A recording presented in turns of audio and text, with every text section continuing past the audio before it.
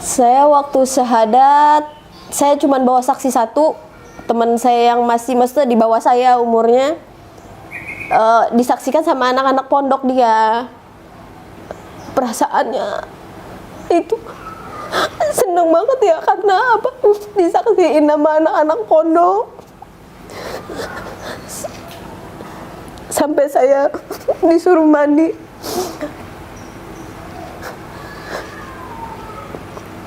Nggak bisa saya ungkapin. Selama bertahun-tahun saya cari, saya baru berani sampai 5, dari 99 sampai 2005. Saya baru bisa memberanikan diri. Karena nyesel gitu ya, kemana aja selama ini.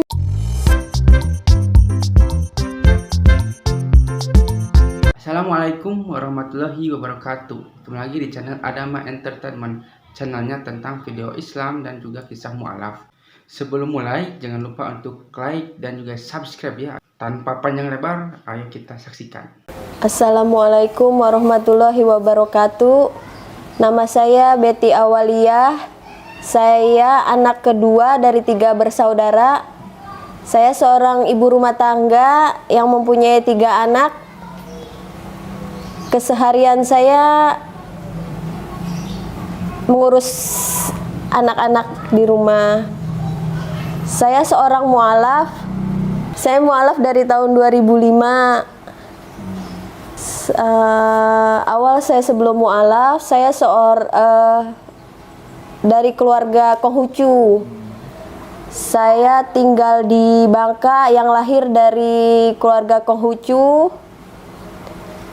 Dari kecil saya umur berapa ya mulai ke gereja ya? Dari dari kelas 3. Dari kelas 3 kita udah ke Katolik. Tahun itu masih di Bangka. Semenjak tahun 9 berapa ya? Saya masih kelas 5 SD. Saya sekeluarga tuh pindah ke Cibinong.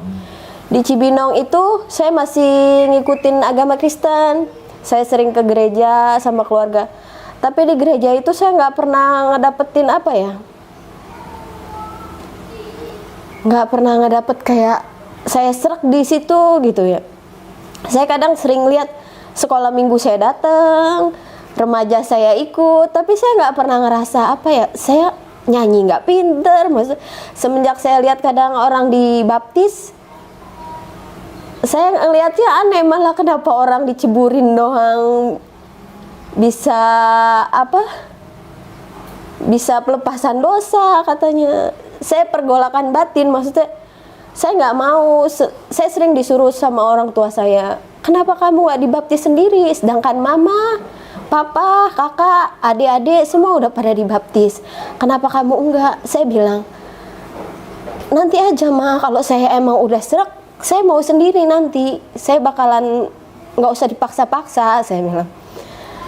Dari itu saya nggak pernah ke gereja tapi nggak pernah dapat ketenangan batin gitu, kepuasan.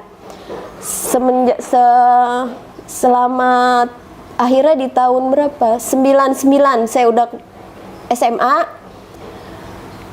Saya emang dari kecil di sekolahinnya di negeri. Kebetulan di negeri saya dapat temen tuh yang mu'alaf, maksudnya yang Islam, di Islam semua, nggak di lingkungan yang orang Kristen.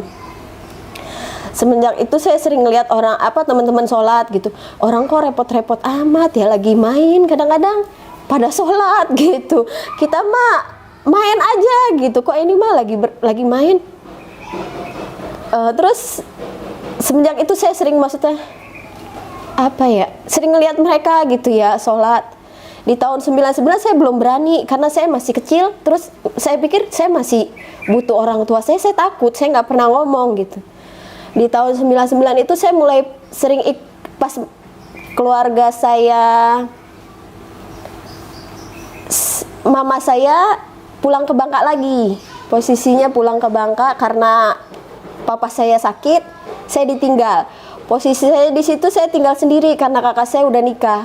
Di situ saya kesempatan untuk mencari-cari. Saya sering lihat buku-buku, sering ke perpustakaan, baca-baca sendiri, saya cari-cari.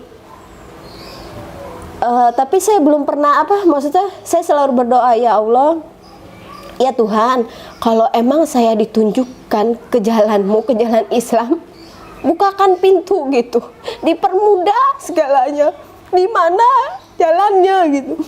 Saya selalu doa begitu. Saya tapi masih belum dengar gitu ya. Saya sampai 3 tahun kerja di PT dari 99 sampai 2003. Saya kerja tapi saya belum dapat, maksud saya masih ke gereja yang enggak, kadang ke gereja kadang enggak gitu. Akhirnya saya berdoa lagi, maksudnya selama 3 tahun itu kok kehidupan saya cuma begini-begini aja. Saya berdoa, ya Allah, pas itu PT saya bangkrut, posisinya ditinggal orang tua sendiri, kehidupan sendiri gitu, tanpa ada yang biayain itu gitu. Saya sendiri dapat duit dari mana gitu ya. Akhirnya saya berdoa, ya Allah, kalau emang Allah tunjukin saya udah jauh dari keluarga, saya bilang dipermudah. Nggak lama PT saya bangkrut, saya ditawarin kerja tanpa saya minta. Bos saya yang dulu nelpon, sedangkan saya siapa sih waktu kerja juga karyawan biasa, bukan yang punya jabatan. Kamu mau nggak kerja, Bet? Katanya di Bekasi. Sedangkan posisi saya tuh dari dulu saya masih kecil, saya sering ngomong pas pindah ke Cibinong, saya bilang, saya nggak mau tinggal di Bekasi ataupun Tangerang. Karena saya bilang, Bekasi itu pusat benak saya tuh, karena dulu sering panas. Bekasi sama Tangerang, saya paling nggak mau. Saya nggak mau kalau pindah entah di Bekasi entah di Tangerang. Ya ternyata maksudnya malah dijawabnya di Bekasi. Ada yang nawarin, berarti kamu mau nggak kerja di Bekasi? Ada yang lagi butuh asisten pola, katanya. Kalau kamu mau, kamu bisa temuin saya di tes. Akhirnya saya mengiyakan, saya tes, saya diterima di situ. Tapi saya masih diketemukan dengan bos Cina. Jadi saya mau cari jati diri, tapi saya masih diketemukan gitu. Dia melihat saya, karena dia bilang, kasihan kamu sendirian di rantauan, dia bilang, kamu boleh tinggal di rumah saya kalau mau. Saya bilang, saya ditunjukin sama Allah, tapi kok saya masih diketemukan gitu ya sama orang yang satu suku sama saya, dia pun Cina. Saya bilang, saya nggak mau, Ci, saya bilang, karena saya mau ngontrak sama teman-teman aja, yang nggak apa-apa saya dikenalin walaupun saya nggak ada yang kenal, nanti juga saya kenal, saya bilang. Akhirnya saya ngontrak sama teman-teman yang mualaf, yang Islam. Saya sering ikut mereka, kadang sering ikut mereka puasa kalau di bulan puasa gitu. Tapi saya nggak pernah cerita sama mereka kalau saya ingin mengenal Islam. Saya takutnya dengan diri saya sendiri, apa bener enggak sih gitu ya. Keinginan saya nanti saya cerita, takutnya saya belum memantapkan diri saya sendiri. Sampai 1 tahun di situ, saya masih sering dikasih makanan sama dia. Waktu awal puasa juga waktu saya awal coba puasa hari pertama, sama dia dibawain makanan. Saya buka karena saya nggak mau menolak kebaikan dia ya. Saya makan, saya nggak jadi puasa. Besoknya tapi saya bilang, Ci, besok saya nggak usah dibawain makan lagi karena saya mau coba puasa sama teman-teman saya, nggak enak kata saya. Karena saya takut susah cari makan. Alasan saya begitu. Saya sering puasa selama di situ saya setahun begitu juga masih aja belum tergerak hati saya. Maksudnya apalagi waktu di Bekasi saya nggak ada saudara, saya ke gereja apalagi nggak pernah, untuk ke Islam juga mau nanya sama teman masih takut, apalagi kadang maksudnya sebelah posisi saya Enci ya, kadang maksudnya dia masih cerita-cerita tentang apa ya, kebudayaan, maksudnya tentang masih sering ke rumah dia, main yuk ke rumah yuk gitu. Masih saya berdoa lagi, kata saya, ya Allah, saya masih begini-begini aja. Sudah Allah tunjukkan jalan. Doa saya yang pertama dijawab, saya ditawarin kerjaan dengan mudah. Tapi kenapa saya masih begini aja? Nggak lama itu tuh encinya keluar, saya jadi kayak apa ya? Nggak ada pegangan. Soalnya saya di sana tuh emang sedikit kurang diterima, maksudnya karena waktu saya pertama kerja saya langsung diangkat karyawan, nggak lama yang lain tuh jadi sedikit sedikit iri, kayak kurang ini sama saya. Semenjak dia keluar, nggak lama saya ikut saya nggak keluar, tapi saya ditawarin lagi dengan mudah. Saya berdoa lagi sama Allah, ya Allah, saya begini-begini aja selama setahun, nggak ada yang saya dapat gitu loh. Saya udah berdoa tapi saya masih, apalagi di waktu di sana, karena saya lepas dari keluarga, saya tambah brut, maksudnya dibilang bandel-bandel. Jadi kalau ada teman yang ngajakin kemana, ayo ikut, mumpung seakan-akan apa ya, ya Allah bebas nih, orang tua nggak ada yang ngekang saya, tapi sadar gitu ngebatasin diri. Ya Allah, sampai saya setahun begini aja nggak ada perkembangan gitu. Saya berdoa sama Allah, ya Allah, kalau emang Allah tunjukin lagi sekali lagi, tunjukin jalan yang benar-benar saya harus ada di jalan Islam nih. Udah Allah tunjukin, tapi saya masih begini aja nih selama setahun itu ya. Akhirnya saya ditunjukin lagi, ditawarin kerjaan lagi sama orang, siapa ya waktu itu, saya lupa. Ditawarin, jadi posisi kerjaannya tuh ada dua, satu di bagian pola, satu bagian cutting. Jadi saya ngelamar bareng sama senior saya, sedangkan dia tuh udah jauh senior daripada saya. Yang diterima malah saya, dia nggak diterima dengan mudah, dengan saya bisa minta gaji berapa. Ya Allah, kata saya, benar ini dijawab, tapi saya masih begitu aja juga masih menolak, karena itu udah malah lebih lama, itu 3 tahun saya menolak itu. Saya masih percaya nggak percaya, maksudnya ini Allah jawab apa hanya kebetulan? Kenapa maksudnya saya selalu berdoa udah 2 kali masih begini aja. Saya sebenarnya waktu ditawan di Cikarang ini, itu ada teman saya yang dari Bogor yang emang udah Islam. Saya kerja bareng dia tuh waktu di PT yang PHK itu, PT-nya bangkrut, bareng sama dia. Dia emang Islamnya maksudnya baik gitu. Saya dideketin sama dia dengan mudahnya, maksudnya saya jadi bareng sama dia satu kos.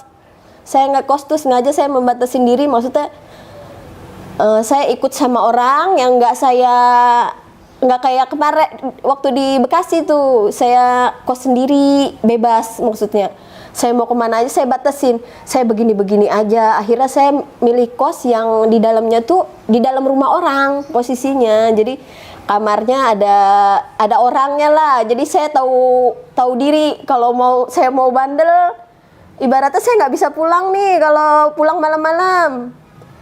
Akhirnya 3 tahun di situ saya masih begitu-begitu aja. Saya tuh terakhir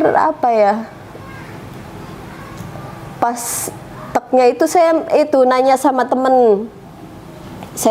Sama temen, ada nggak yang sekitar rumah dia yang pondok. Saya akhirnya ikut dia, ikut jemputan dia tuh di Cibarusa pondoknya.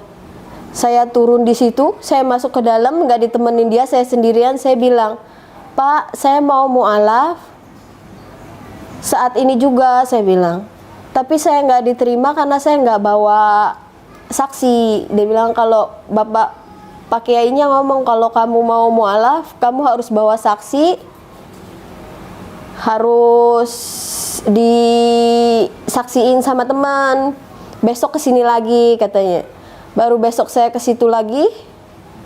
Saya bawa teman, baru saya dimualafin waktu itu pada tanggal 23 September 2005. Saya sempat mondok di situ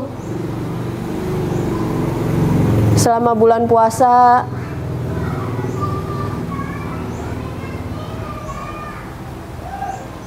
Saya waktu syahadat, saya cuma bawa saksi satu, teman saya yang masih maksudnya di bawah saya umurnya, disaksikan sama anak-anak pondok dia.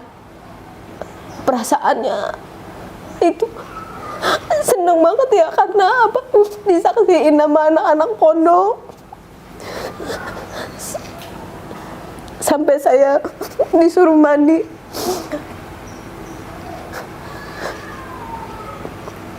Nggak bisa saya ungkapin. Selama bertahun-tahun saya cari, saya baru berani sampai 5, dari 99 sampai 2005. Saya baru bisa memberanikan diri. Kadang nyesel gitu ya, kemana aja selama ini gitu. Kenapa nggak dari dulu? Mungkin emang udah jalannya ya, Allah kasih di saat itu gitu.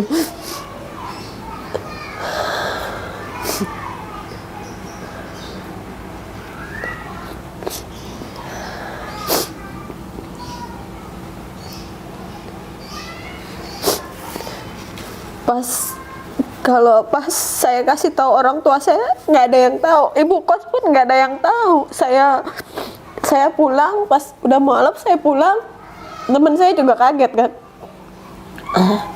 kenapa nggak bilang-bilang? Dia bilang, orang mah bilang, kirain mau dibawa kemana katanya. Saya pas pulang, saya udah mulai sholat, ibu kos pun kaget. Dia bilang, kamu kapan mualafnya? Kenapa nggak ngajak? Dia bilang nggak ngasih tahu. Saya udah mulai sholat. Saya pas ngasih tahu mama sempat bilang, emang kamu dasar ya, dari dulu juga gaulnya, maksudnya temen-temennya gaulnya sama orang-orang yang Islam terus. Jadi emang kamu orangnya keras. Dia bilang, mama bersumpah sampai seumur hidup mama akan balikin kamu lagi ke Kristen sebelum mama meninggal. Dia bilang begitu.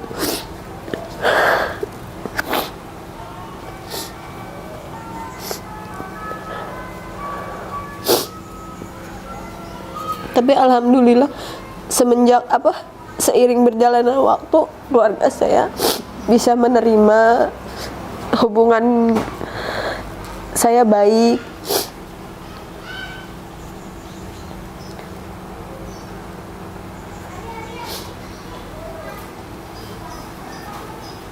Perjalanannya panjang kan benernya, masih panjang.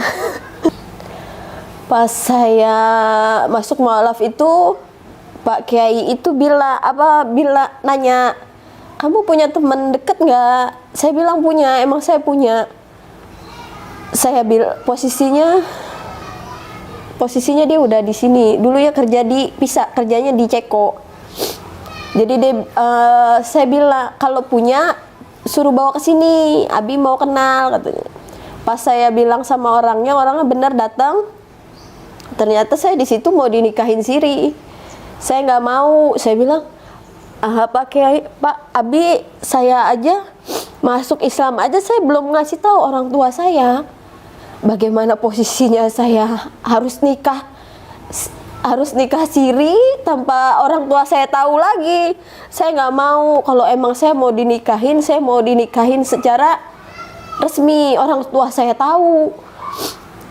Takutnya kalau emang saya dinikahin, pikir orang tua saya sama keluarga saya udah hamil, udah kenapa-napa. Padahal maksudnya dalam Islam yang bilang kan nggak boleh pacaran. Akhirnya saya nggak mau, orang tuh calon teman dekat saya tuh ngomong sama keluarganya. Akhirnya saya dari situ dikasih waktu saya minta waktu maksudnya 3 bulan. Saya nikah di bulan Februari, saya masuk Islam bulan September 2000, tanggal 23 September, tanggal 5 Februari saya nikah. Orang tua saya pun nggak mau datang tadinya. Kaget, maksudnya secara saya baru masuk Islam, tahu-tahu harus menyaksikan anaknya nikah di jalan Islam gitu. Tapi papa yang bersikap keras, maksudnya kenapa juga nggak datang? Anak kamu nikah tuh cuma sekali, nggak seumur hidup dia nikah cuma sekali. Kenapa kamu nggak mau datang gitu? Nggak apa-apa, karena dia keras. Kata orang tua saya, karena saya keras, jangan dilawan keras lagi, dilembutin katanya. Akhirnya mereka datang walaupun dengan bercucuran air mata sepanjang pernikahan itu. Saya berterima kasih sih sama mereka, masih bisa nerima saya. Doa terbesar saya pengen bawa mereka ke jalan Islam. Mudah-mudahan anak-anak saya bisa meneruskannya, bisa membawanya. Anak saya mikir, kalau emang mereka udah nggak ada, saya mendoakannya bagaimana? Saya mau mereka di jalan Islam, sama seperti saya.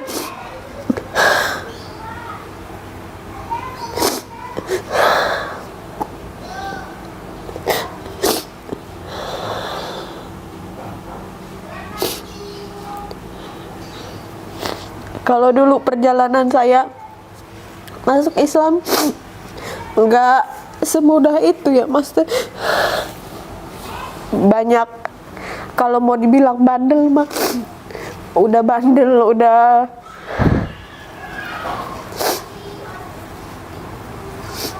selalu apa yang saya doa itu selalu dikabulkan sama Allah gitu.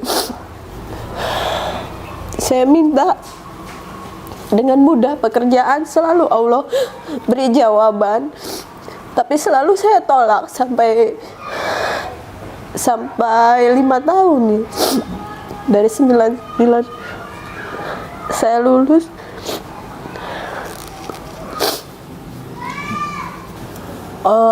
Sebelumnya dari kelas 3 itu saya sering ngomong sama dia, Koko, namanya Koko Rehan, saya manggilnya Koko, namanya Rehan. Saya bilang, saya nggak bisa ngajarin kamu kok untuk belajar agama lebih jauh. Kalau emang kamu mau, kamu harus belajar cari sendiri ke pondok. Awalnya dia nggak mau. Sampai kelas 6 saya sering ngomong, maksudnya nanti kamu di pondok ya, kamu di pondok. Dia jawabannya selalu nggak mau, kadang nggak mau, namanya masih kecil ya, masih bimbang. Sampai kelas 6 saya tunggu dia dapat kelas di sini, dia lumayan berprestasi, maksudnya sampai dia dapat kelas bilingual. Saya bilang sama dia, saya masih ngetes, maksudnya nih anak bener nggak ya mau di pondok ya, apa maksudnya hanya keinginan dia sekilas doang, nggak lama nih. Sampai dia bilang, kamu dapat kelas bilingual kok, nggak apa-apa lah mah. Sampai hari itu ada tes, dia nggak mau datang. Akhirnya saya buru-buru nyari pondok. Tadi dia mau masuk Gontor, cuman saya nggak masih ragu. Ini anak mau apa bener apa enggak ya, maksudnya. Sedangkan Gontor kan jauh, saya nggak bisa nganternya juga. Akhirnya hari itu saya nyari pondok sama suami, dapat di Setu. Dia pun punya keinginannya begitu. Dia bilang, dia panggil Popo kan neneknya, dia mau Popo sama Kongkong itu ikut Islam gitu, doa dia juga. Tahun ini juga dia pengen pulang ke Bangka, ajak saya pulang ke Bangka. Dia bilang, aku nanti nggak apa-apa mah, aku yang di Bangka, karena aku pengen dakwah mah di Bangka, karena di Bangka kan masih banyak yang belum masih Kristen, dia bilang. Nanti aku pengen ke Bangka mah, aku yang di Bangka, dia bilang. Mudah-mudahan doanya diijabah sama Allah.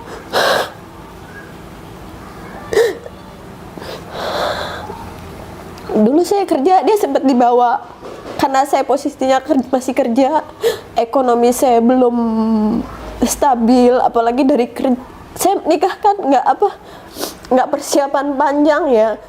Habis nikah, tahu-tahu punya anak, perjalanan cepat. Ekonomi saya morat-marit, saya masih harus kerja. Pas saya lahiran, akhirnya dia saya titipin ke Bangka karena saya maksudnya percaya. Pernah sempat saya titipin di keluarga suami tapi sakit, akhirnya saya bawa ke Bangka, saya titipin ke Bangka sampai 9 bulan. Saya tarik pun karena apa ya, di pergejolakan jiwa saya, maksudnya nih anak saya titipin di sana tapi ntar makannya saya mikirnya ke situ. Masih kecil, dia 6 bulan emang belum makan kan, maksudnya belum dikasih makanan yang keluarga saya buat. Akhirnya 9 bulan saya maksa, saya nekat, saya tarik dia ke sini. Ternyata dapat 9 bulan di sini pun dia sakit. Saya masih kerja, saya titipin ke orang, dia sakit umur 1 tahun. Akhirnya saya putusin, saya berhenti kerja, saya benar-benar ngurus dia. Alhamdulillah, jalannya Allah malah saya berhenti. Enggak kekurangan maksudnya. Alhamdulillah saya putusin kayak gitu. Allah enggak kasih saya kekurangan untuk biaya sehari-hari saya. Sampai sekarang saya enggak kerja. Saya minta maaf kalau saya udah bikin mereka kecewa. Tapi doa terbesar saya malah kalian bisa mengikuti jalan saya, diberikan hidayah semua seperti saya. Doa terbesar saya itu.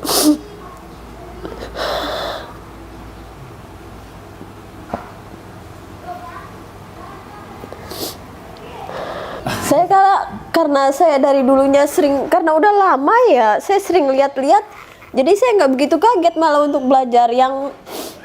Yang banyak pertentangan itu malah saat nyarinya. Perjalanan saya cari itu, saya dulu nginep di rumah teman itu, kadang menemukan ketenangan batin ngelihat keluarga dia pada sholat gitu. Tapi saya nggak, ya itu saya nggak berani gitu. Jeleknya saya cuma di situ, maksudnya saya nggak berani karena saya masih takut. Saya masih mikir, saya baru lulus sekolah, saya masih butuh orang tua saya. Apa iya saya masih, sedangkan waktu ditinggal itu saya masih masih dititipin saudara, ada yang deket lah saudara gitu. Jadi dia sering lihat saya. Makanya saya bilang, ya Allah, kalau emang Allah tetapin saya di jalan Islam, jangan saya di sini lagi. Saya delala ditawarin kerja itu di Bekasi, padahal dari dulu saya bilang, saya nggak mau di Bekasi ataupun Tangerang. Saya bilang, saya paling takut kayak ngedenger kota Bekasi tuh yang panas gitu.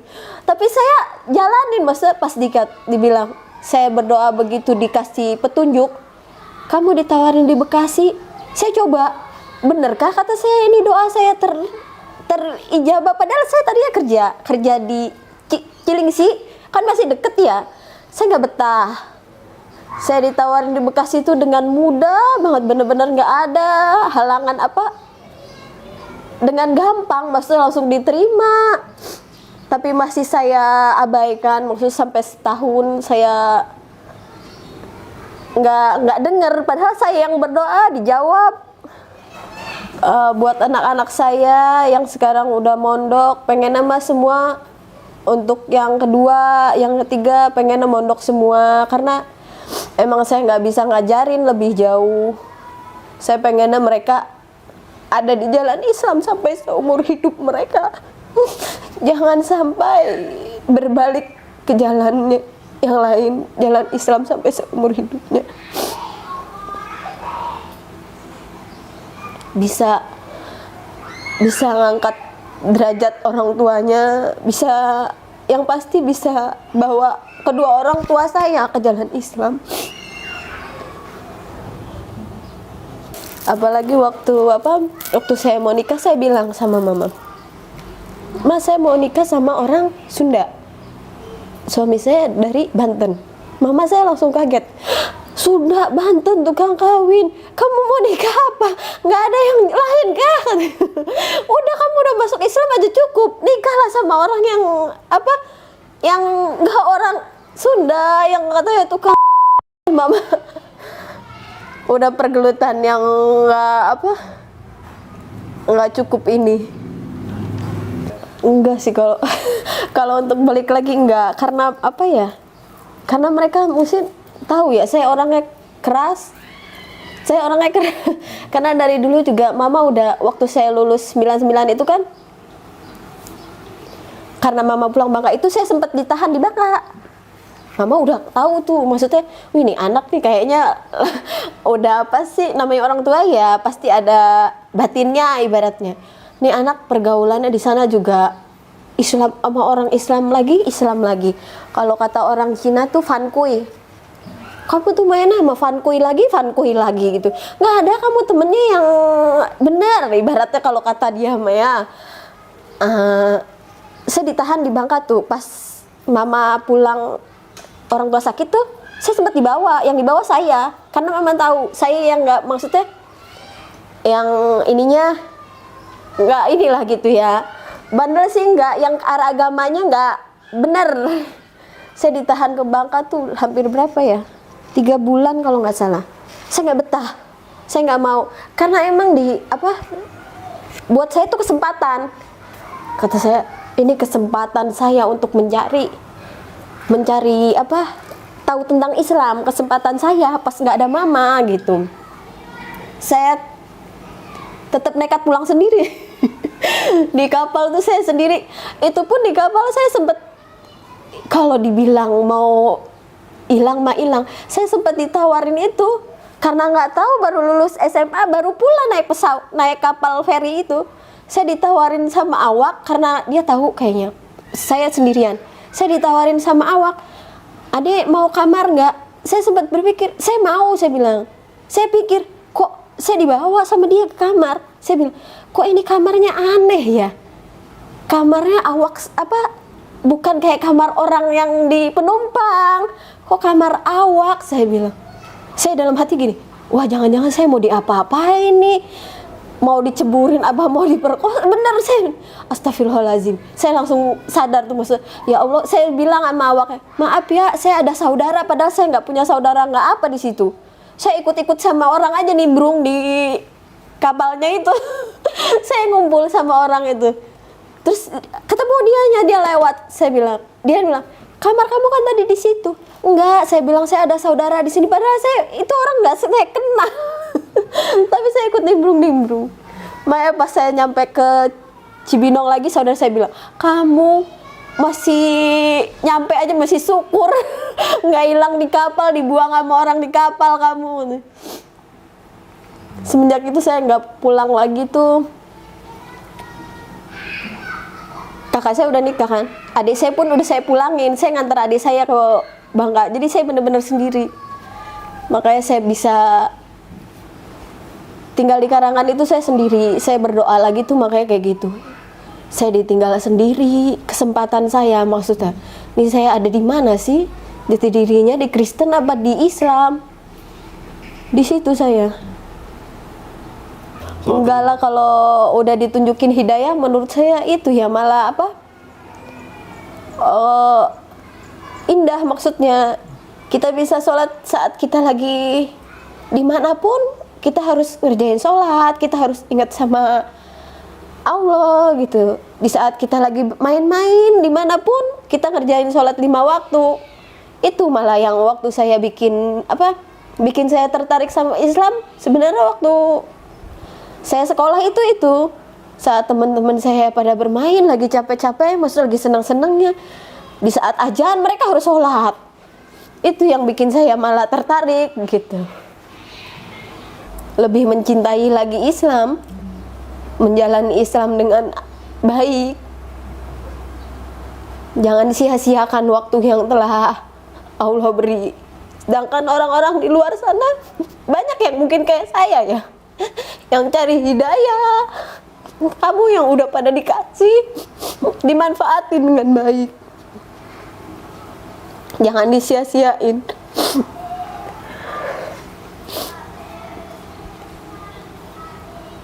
Jangan nyerah, berdoa terus. Allah gak bakal tinggalin kita. Allah sudah tunjukkan hidayahnya, Allah gak bakal tinggalin kita. Jangan lelah berhenti berdoa. Minta sama Allah terus. Minta kekuatannya sama Allah. Saya juga kadang sering di saat yang lagi lemah, tapi saya yakin dalam doa saya maksudnya saya selalu berdoa, ya Allah, kuatkan iman hamba sampai seumur hidup hamba di jalan Islam. Itu doa yang tiap saya panjatkan. Jangan sampai saya goyah. Kalau cita-cita saya pengen anak-anak saya punya pondok. Bisa buat pondok buat anak-anak yang gak mampu, buat anak-anak yatim.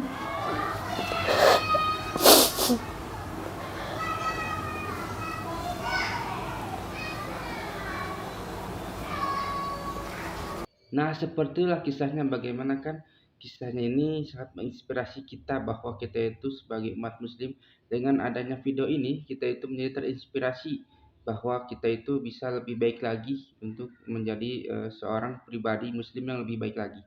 Dan dengan video ini juga mungkin kalian juga yang mungkin non muslim ya, yang menyaksikan ini, kalian juga mungkin ada gambaran seperti apa bahwa agama Kristen itu tidak selalu misalnya benar ya, karena banyak juga kontradiksi di sini bahwa agama Kristen, agama non Islam misalnya gitu ya, jika orang-orang mereka itu mualaf itu karena apa, kebanyakan itu mereka itu tahu bahwa Islam itu adalah agama yang benar, agama yang lebih masuk akal daripada agama-agama lainnya.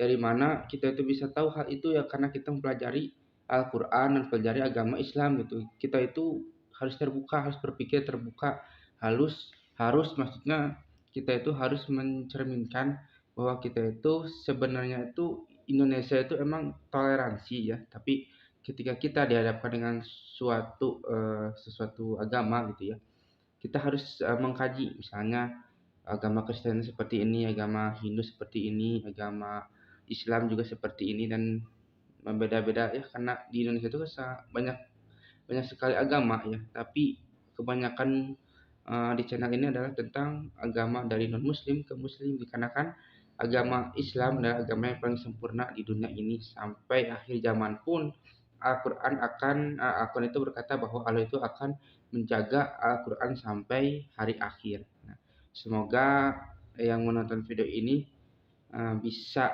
terinspirasi ya, dan semakin kuat lagi imannya, terutama agama Islam ya. Dan jika yang nonton adalah non muslim juga, kalian cobalah untuk berpikiran terbuka dan seperti apakah Islam dan sebagainya. Jangan sampai kita itu banyak kan ada seperti Islamofobia dan sebagainya, tidak suka kerudung, tidak suka pengajian, tidak suka apapun yang padahal kan kita menjalankan agamanya masing-masing. Bagi kalian yang belum subscribe juga ya, silakan itu subscribe dan juga like dan juga komentar ya, agar kita itu bisa bersilaturahmi, agar kita itu, karena di kolom komentar ini ya, di channel ini kebanyakan itu agama muslim dan non muslim itu suka ada ya, dan suka ada yang membalas dan sebagainya. Dan jika kalian suka, jangan lupa untuk like, comment, dan subscribe ya, dan nantikan video saya selanjutnya. Wassalamualaikum warahmatullahi wabarakatuh.